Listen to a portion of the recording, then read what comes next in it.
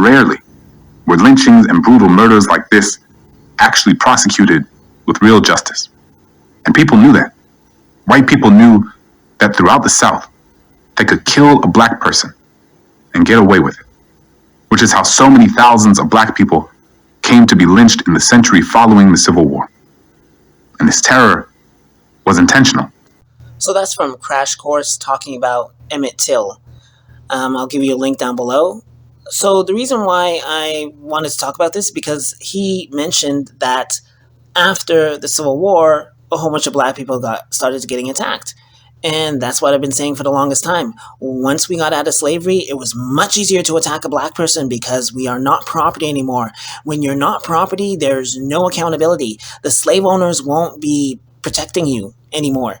Because if he was a slave owner, if he was a slave, Emmett Till, and they did that to him, there's no way they would get away with that. They would have been prosecuted and put in prison for the rest of their life, or they would have been executed because they destroyed property. You can't do that. You think that the slave owners would tolerate their slaves being lynched every 5 seconds? No. You think if Black Wall Street was a slave plantation, the slave owners would say, it's okay, we'll just rebuild? No. They would want those people brought up on charges, absolutely, because they destroyed a massive amount of property. But under the free system, well, they're not property anymore. So it's easy to attack a black person and get away with it. Rob them of their livelihood, their property, just straight up kill them. They can't get jobs. You can push them out of jobs. They become vagrant, or they resort to crime. And as a result, you arrest them and you push them in prison. And then after slavery, a whole bunch of black people were pushed in prison. Oh, surprise, surprise. Now they have more control over us than they did before. Because yes, you could do whatever you want to your property. But the thing is that even somebody that doesn't own a business, do you go around damaging and destroying your property? Most of us don't do that. There are some crazy people that do that. I keep on saying, if I had a child, I would consider that child my property. And I'll do everything I can to protect my property. That's my child. I'll do everything I can to protect my property. But if it's not my property, doesn't really bother me. It's not mine, so I'm not concerned about it. It's not my business, so I'm not concerned about it. That's what I'm saying. As property, you are valuable. I don't know if... I did do a video on this where if you watch Phantom Menace, we know that Anakin was a slave, right? He was a slave. He was had a confrontation with Zabulba because Jar Jar Binks did something, right? And Zabulba was about to beat up Jar Jar Binks. So Anakin walks in confidently, and as I said, we know he's a slave. Anakin walks in confidently and talks to Zabulba. Now, Zabulba is a very scary alien, right? And you know what Zabulba says to him? He says, if you weren't a slave, I'd squash you now. Go watch it. That's exactly what he says.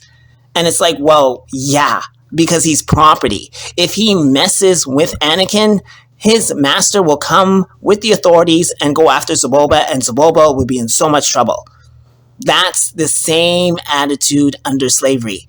If you mess with the slaves, the slave owner will come with the authorities and you would be in so much trouble. So so-called black people will be protected. Were protected under slavery. Yes, there were some crazy slave owners, but the vast majority did not do that. And it's so ridiculous to think that the vast majority of black people tolerated being raped constantly, tolerated being attacked constantly. They tolerated their families being taken away from them, and they tolerated not being paid.